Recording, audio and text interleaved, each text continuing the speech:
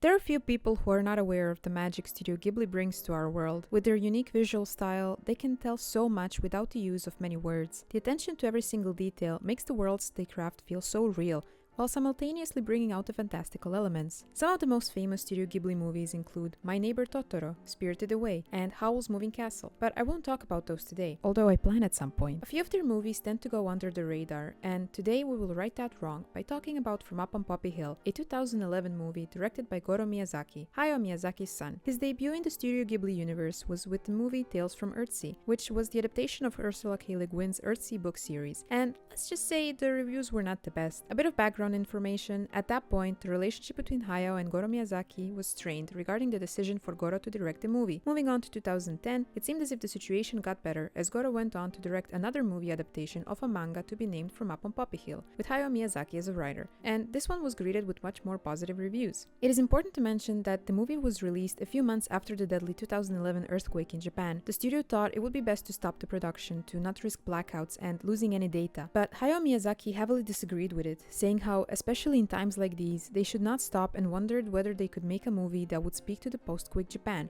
hoping to bring the morale up and serve as a support in difficult times. Goro agreed with his father, and the movie was completed on June 23, 2011. Unlike other well-known Studio Ghibli movies, From Up on Poppy Hill is a more laid-back, slice-of-life film. Spoilers ahead, by the way, in case you haven't watched the movie. The story is set in 1963 Japan, before the Tokyo Olympics in 1964, where we follow two students, Umi Matsuzaki and Shun Kazama. Umi lives with her siblings and her grandmother in a boarding house, and we learned her father was a ship captain who died during the Korean War, and her mother is studying in America. She's very responsible and caring, and every morning she raises nautical flags with the message, "I pray for safe voyages." In school, she meets a very passionate Shun after he jumps off the roof in an act of protest. We learn that there is a debate between students and the school administration about the fate of the clubhouse, as the building is very old and some wish to destroy it and build a new one, but Shun, along with other students, wants to preserve it. Umi suggests for them to clean the clubhouse, and so the renovation project begins, where all students join to fix the building in hopes of changing the school's mind. Another plot starts happening during that time as Umi and Shun become closer, and during one event at the boarding house, Umi shows Shun a picture of her father, and he then realizes the two of them are siblings, but this gets resolved once we find out Umi's father registered the boy under his name so he doesn't end up in an orphanage, and that Shun's true father was a friend of Yumi's father, who also died. Back to the main plot, the students find out the school still plans to destroy the building, so Umi, Shun, and Shiro go to Tokyo to persuade the chairman, who agrees to visit the school. Once there, the chairman sees how hard the students worked to renovate the clubhouse and decides not to demolish it. At the same time, Yumi and Shun go to visit both of their father's friend before he sails away, ending the movie on a sweet emotional note. Even though the movie was a success, we can see it is not as talked about as the other Studio Ghibli movies. One of the main criticisms the movie always gets is how not much happens in it.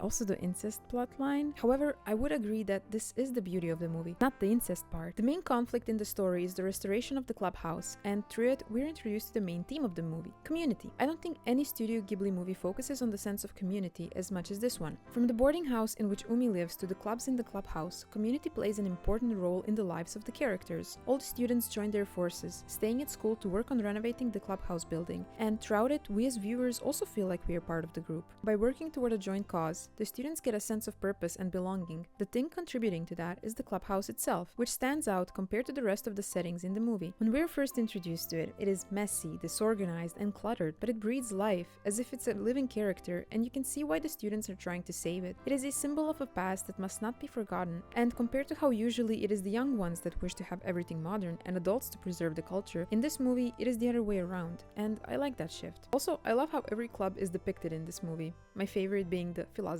club. Which brings me to the useless but very important to me segment of the video where we mention every philosophy reference in the movie, so let's just get over with it. First is the cut with his "I think, therefore I am," a classic, which is followed by existentialism and Nietzsche when the clubhouse resident philosopher ambushes Umi and her sister trying to get them to join the club, which I think might be a reference to Socrates, as he liked to be on the streets and ask random passerbys questions. And lastly, we get the resident philosopher saying he could be in a barrel, which the chairman also knows belongs to Diogenes. Japanese. Okay, I'm done, moving on. The students, especially Shun, give us speeches that bring forth the message of the story, how the future cannot exist without the past, and the importance of protecting their culture. It also fits nicely with the time in which the story was set. Japan experienced fast economic and technological growth around the 1960s, as Tokyo went under a massive transformation, so naturally the theme of the old and the new was important. And now with the world being even more advanced, we can see how universal this theme of change and preservation is. The last thing I wish to say is that the most notable thing to me about the movie was how nostalgic it was. I'm not from Japan, nor was I born in the 1960s, but when you watch the movie, you get a sudden hit of nostalgia, as if you're living the life of the characters. There are constant repetitions of scenes, such as Umi's daily life. She gets up, prepares breakfast, puts a glass of water in front of her father's picture, goes to school, comes back, cooks again, studies, sleep, and does it all over again the next day. The repetition creates a comforting atmosphere in the movie, with how it romanticizes simple life. Of course, it wouldn't be a Studio Ghibli movie if it didn't pay extreme attention to details. The backgrounds of the scenes, the way Umi walks or adjusts flowers in a vase,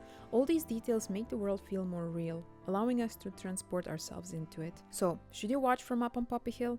Absolutely! If you enjoyed Whisper of the Heart or The Secret World of Arrietty, you will like the feeling this movie brings. Also, it's a Studio Ghibli movie, so of course it's going to be good. If you watched the movie, how did you like it? I wish to know your thoughts, and until next time, have a great day. Bye bye!